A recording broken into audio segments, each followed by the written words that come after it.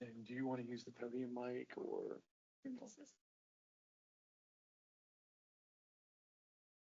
Thank you. Yep, should be good.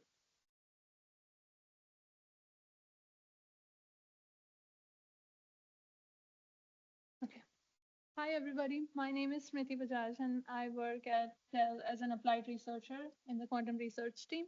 And today I will be talking about credit risk analysis and SQD, since the discussion was kind of going over to the chemistry side of things.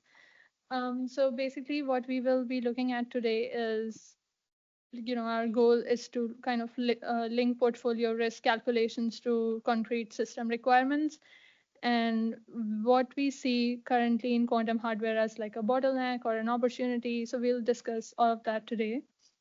Um, so before I get into credit risk analysis, I would like to say that credit risk management is like a bigger term, and that basically is a critical function in financial services, and it involves like assessing, monitoring, mitigating potential losses arising from borrowers' failure to meet their financial obligations, meaning that if there is a loan default that has happened, that falls in this category. And how do we analyze it? Is we have a portfolio of a person with K assets, for example, and we will estimate the probability distribution of portfolio losses, and then we will derive some of the risk measures around it, which are your expected loss, value at risk, and conditional value at risk.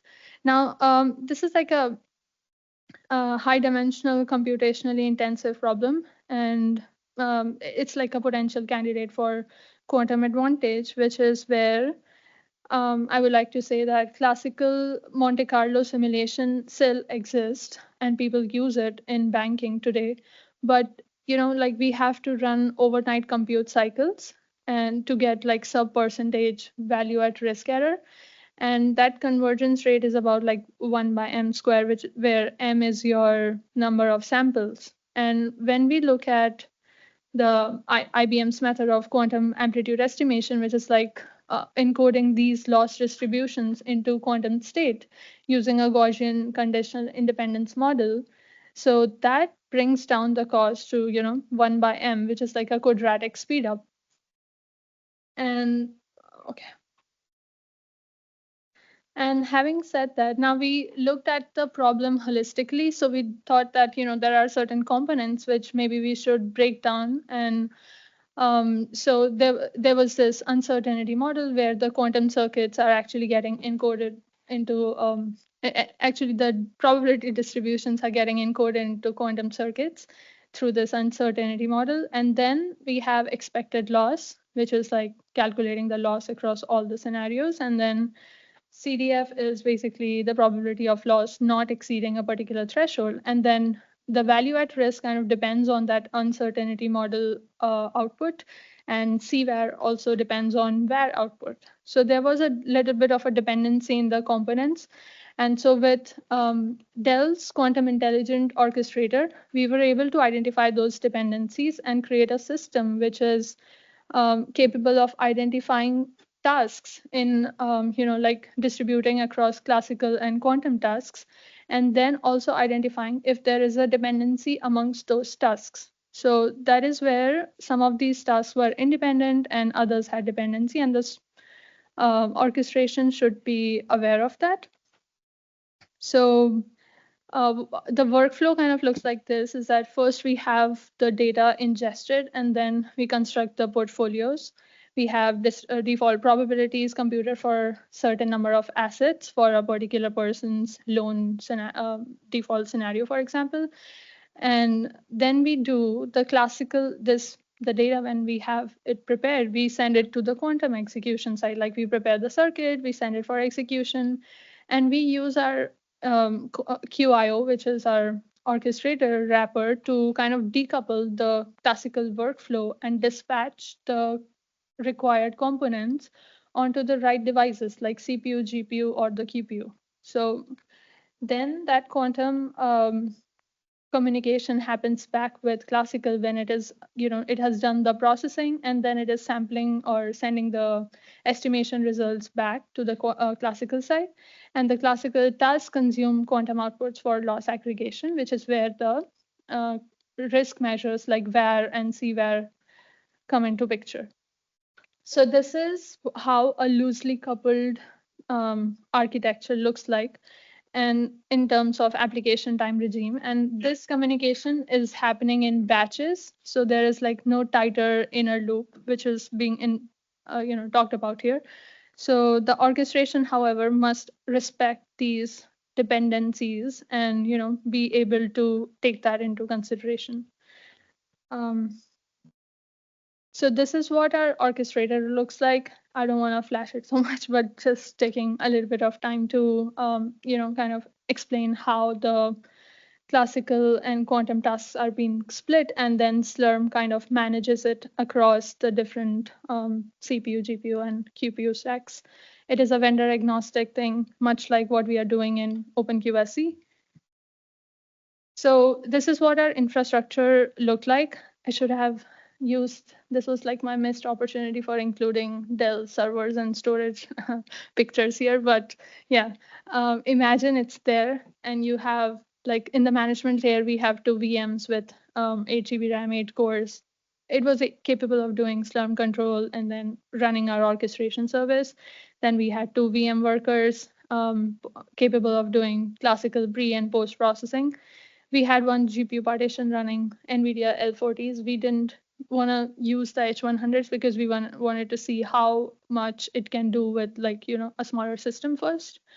So yeah, we thought of, okay, sorry. Yeah, we thought of, going from two assets working in sequential fashion to two assets working in parallel fashion, then 4, 8, and then 10 assets. So 10 assets were like equivalent of getting 31 qubits done and on like emulation side. And so these were like our numbers. And we actually found that when we were doing parallel execution by identifying those dependencies in the problem, we were able to use the utilization much better and like amongst the CPU and the GPU in this case, because we were doing the emulation. So yeah, these are basically the numbers that we have for an optimized version of our execution. And now I would like to take the time to go to SQD, which is what everybody has been kind of talking about at this conference.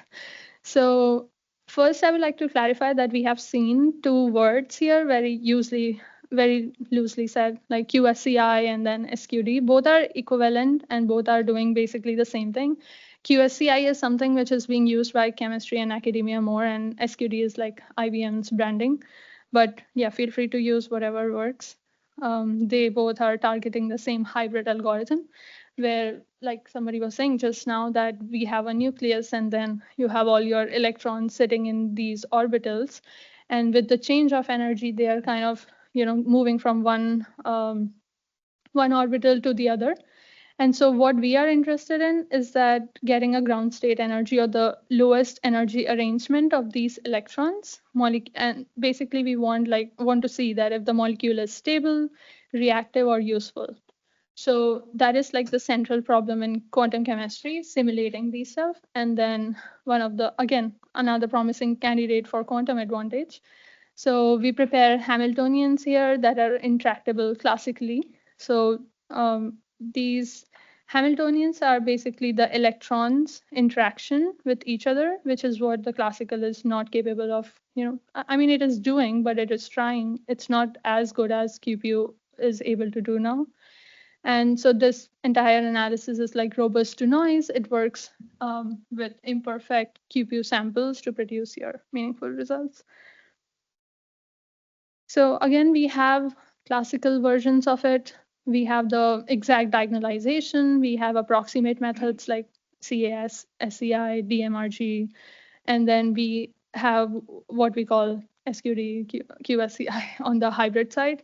So we are just sending, circuits, and like those Hamiltonians are basically prepared and converted to circuits, and then we use a QPU to sample the bit strings. So, which is basically noisy, and we need them to be cleaned. And we only keep the viable configs that are kept. And then, thanks to these samples, only a chunk of the problem is now to be solved. And this is where the quantum device can be seen as a sampler and not really like a solver, because the solution happens on the classical side. That is the heavy lifting part, which is where the diagonalization happen. And we have like a subspace construction. We project our, we do the projection there, and then we do the diagonalization in that subspace. Again, we have a classical quantum classical communication workflow pattern. The circuit preparation again happens on classical side. You have quantum doing the execution, and then we get the bit strings. The bit string samples are returned onto the classical side. Then we do the configuration recovery, which is like filtering. I'll talk about it in a bit. And then subspace construction, projected Hamiltonian computation.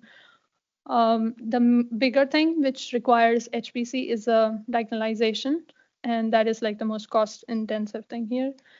So once we have that, if the results have not converged to the ground state energy that we are looking for, we would repeat the entire process.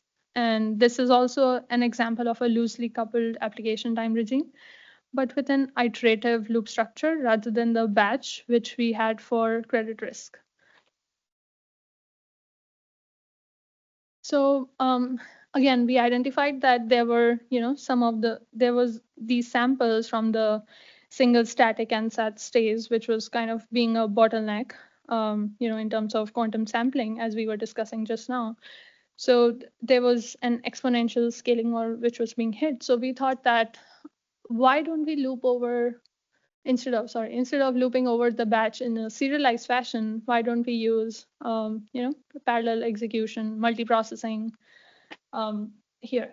So that is where I think there is a scope of working with orchestration, and we would validate the architectural part toward full orchestration using our orchestrator. But I would like to actually discuss more about what is going on in the industry. So to tackle that problem, there are things being looked at from the classical side, which is where the GPU parallelization comes into picture. And this is some work done by some folks from Oak Ridge and I think IBM. So they are like porting SQD to GPU accelerators using OpenMP, and then targeting the offload directives, which is why actually this was done on Frontier. So they were achieving like 95x speed up on Frontier supercomputer, and they also transformed nested C++ data structures into flattened GPU friendly array for the CUDA to work properly. So this is something that can be thought of, solving SQD or speeding up SQD from the classical side. And then we have some things on the like what we were looking at and discussing just a couple minutes ago, that IBM with Cleveland Clinic has, come from 10 atoms to 12,000 atoms. And they were using two techniques. One was EWF and another one was TrimSQD.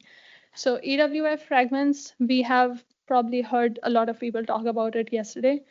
And so these EWF fragments molecules are like, we are putting the fragments into localized clusters of less than 10 Armstrongs.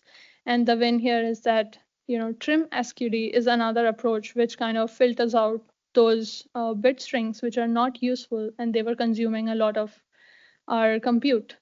So this was like one approach where, two-level diagonalization was happening, and this has contributed to hybrid scaling, which is where QPU and supercomputers are sitting together and not on-prem, but like actually communicating together and, doing the speed up in SQD.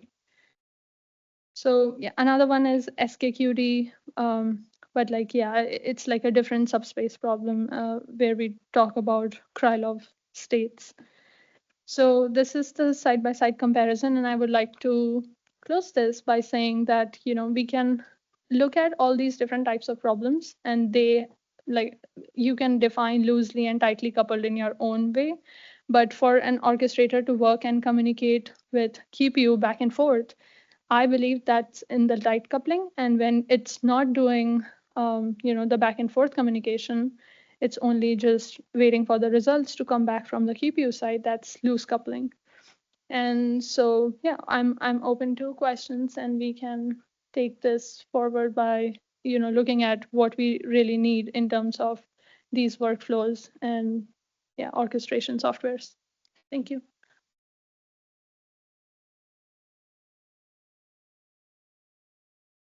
Got a couple questions to start, if I might.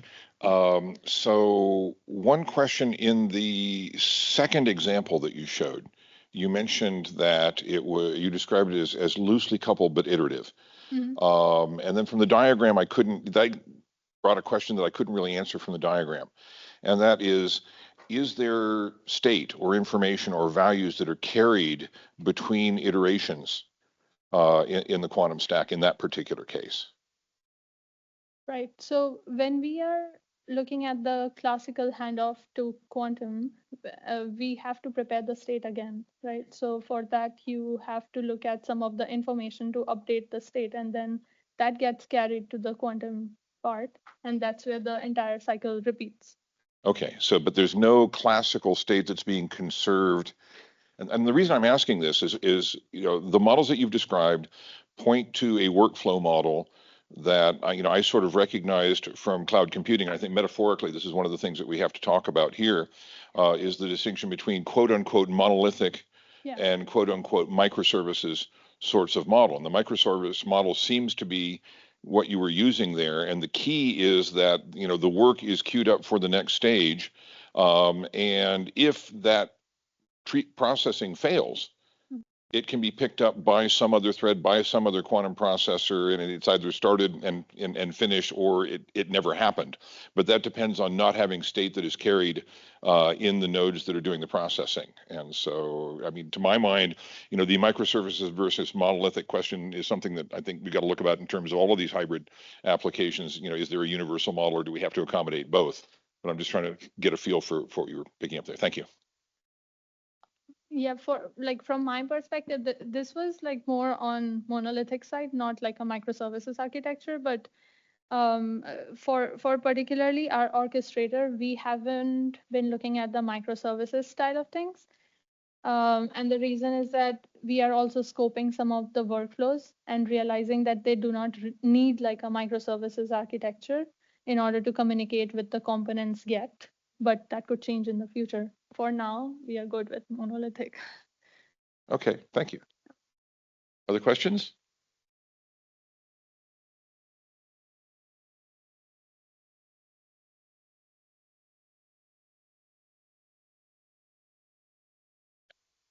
Hi, thanks for the nice talk. Maybe I missed it, but is there a quantum advantage here, and has it been quantified? Is it quadratic, exponential, or is it not known yet? With what specifically? These the hybrid methods that you're showing. So, I mean, we're using a quantum computer. Is there a quantum advantage compared to just calculating the same things on a classical computer? Can the quantum computer do something faster or differently? So particularly for credit risk, Yeah. we were trying to kind of see what IBM has done in quantum amplitude estimation, and how that portfolio analysis can be carried over to HPC, quantum HPC side. And so we try to implement that using our orchestrator. And we were trying to see how these components individually can consume resources properly and efficiently. So that was like the intention with credit risk. And for SQD, I was kind of showing where are the opportunities that we can target speed up at, like from the classical side and also on the quantum side, and how the communication between both can happen seamlessly. Okay, so on the quantum side, is it can you quantify how much the speed up is? Yeah, so Maybe you said it and I just missed it. I think wait, this was using the trim SQD, and they were This was also IBM's research, to be honest, and this was the 12,000 atoms, which actually the EWF thing they implemented in the TRP cage, and then they moved to 12,000 atoms, which was using their technique of trim SQD. And there is no number, or maybe there is a number in the paper, but I've not, I do not know of that number right now on the top of my head. A number like a sort of constant speed up, basically. Yeah, like a speed up between what the classical version is doing and how they're, or what the number is on the quantum side. So this is purely quantum side. So is it a constant number, or is it like a scaling advantage?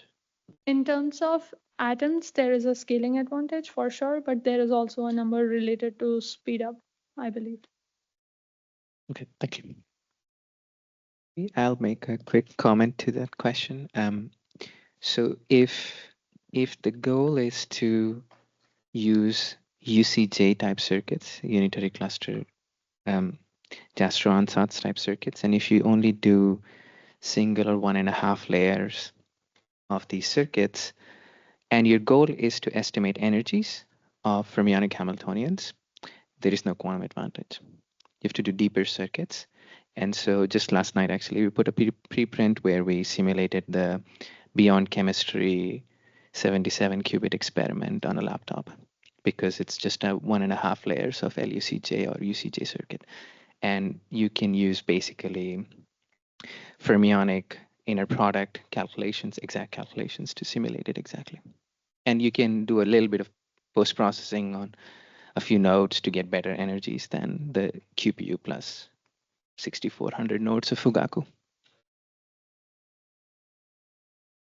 Okay, thanks. So in that case, The limitation, yeah, it's on the archive now. You can look it up. Breaking news. Yeah, please.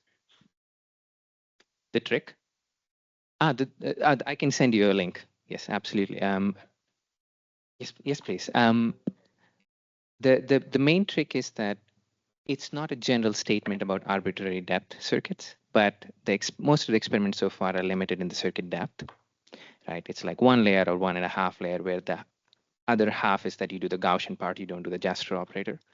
And those basically, what you can show is you can use two results, Gaussian updates plus an old formula from Loden, which allows you to compute inner products of fermionic operators and Slater determinants, and you can do exact calculation on a laptop. So, but having said that, my point is that unless you really build better quantum computers, which can do deep circuits, you don't have quantum advantage. thanks. So in that case, if you did have a fault tolerant machine, then can you quantify how much the quantum advantage would be? So I'm pretty sure it should be known for these things. So for example, I'm forgetting the numbers now, but I think for CCSD, the main type things, something equivalent to what I'm going to say, I'm paraphrasing, is known that to compute exact CCSD energies on classical computers is exponential, but on quantum is polynomial. And the difference grows as you add higher sort of doubles and triples and quadruples and so on. But I think I see Ty in the background. He probably knows the complexity off his head. So maybe, yeah, I don't know. But sorry to put you on the spot. I had a different question, but Please. Thanks. so thank you for the very nice talk. I'm curious, right? Earlier in some of your earlier slides, you talked about scheduling quantum and classical resources. So this is a question kind of to you and the rest of the room. What were the challenges or insights you found when having to coordinate those resources? So because we're interested in workflows. Yeah. Right. And so this is a case where you're coordinating both of them, and I could envision other applications where we have to do that multiple times. And is there anything that we should be looking into or thinking about? What were the challenges? So for the scheduling, like we are kind of dependent on Slurm, but in terms of challenges, there's like one open challenge which I'm kind of dealing with right now is when you have submitted your job and there is a requirement of the job that you have to change the resource on the fly after it has been submitted. Slurm doesn't support that yet, like changing it on the fly. So that's something in terms of scheduling. If we can solve that scheduling problem of, on the fly allocation of these resources, that could be like one thing that's a problem that we can maybe gear towards or prepare towards for each of these workflows. Hi, I'm just curious, why would you change the resource allocation on the fly? So for certain jobs, like you sometimes need, like there's a failure for HA availability, for example, and then you have already assigned according to Slurm, you have already, like we have this component of intelligently predicting how much of resources we want for a particular workload. And so when there is an HA, like there is a failure of a network or a node has, failed. So we can kind of re-estimate that, and to allocate that re-estimation back to the workload, we will have to use Slurm for that, right? And Slurm doesn't support it. I see. Okay. Have you spoke with Dag from SCADMD? He's here. So it's a conversation we should have probably Okay. about this. Yeah, sounds good. Thanks. Thank you. So a follow-up question on that is, if you need to, or you're in this situation where you need to change the resources that you are allocating, what information would you need from, let's say, the quantum device or accelerator? What type of information would have to come back to help you with that? So what Do we think of this at all? we should need from the quantum side? Correct, right?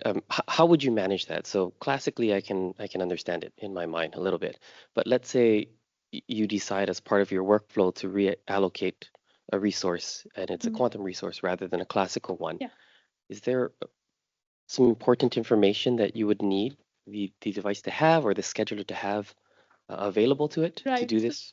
I think I was having this discussion with Amir yesterday, and we were looking at, resource allocation when there is a user, for example, and they have consumed, they have been allocated 100 units of time for working on their workload. Like their job is basically allocated 100 units of time, and then their QPU only has 2 units remaining, right? And they don't have enough time to, run that workload. So how would they manage it?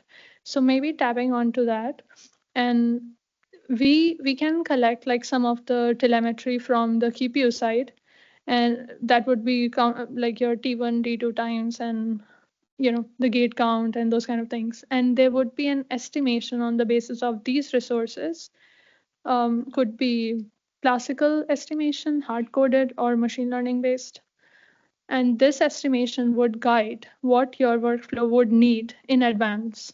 So that's something that we have in Dell, but yeah, that's something we can, kind of take it here as well in openQSE architecture. Yeah.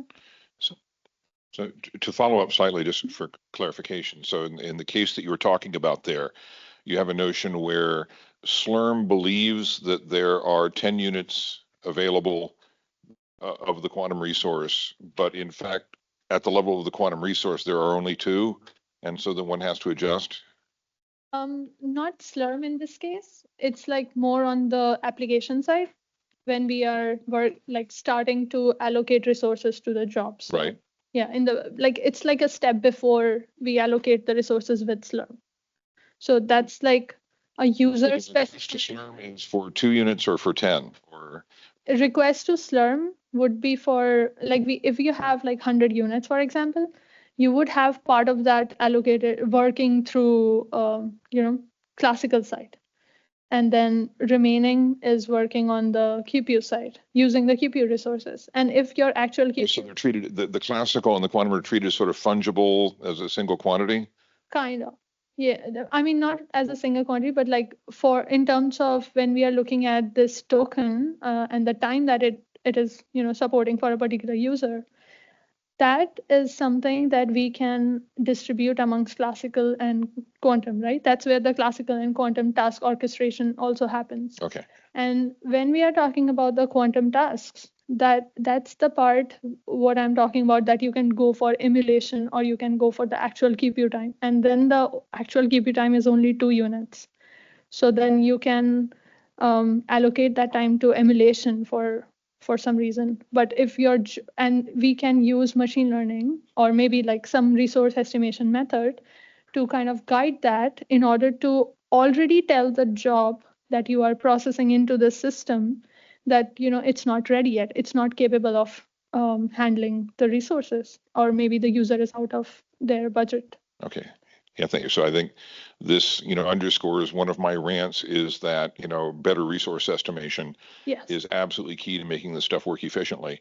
And it sort of dances around a concern that I have, because there's a lot of integration attempts that have been done. I shouldn't say attempts, a lot of integrations that have been achieved using Slurm, but frequently the Slurm entity is simply an entry into another level of scheduling. And, that whole step is fraught with danger. Slurm does not expect to be talking to another scheduler, and bad things have been known to happen and have been observed. But that wasn't your problem here. Okay, Yeah. thank you. Yeah, that's a different problem. So one question here.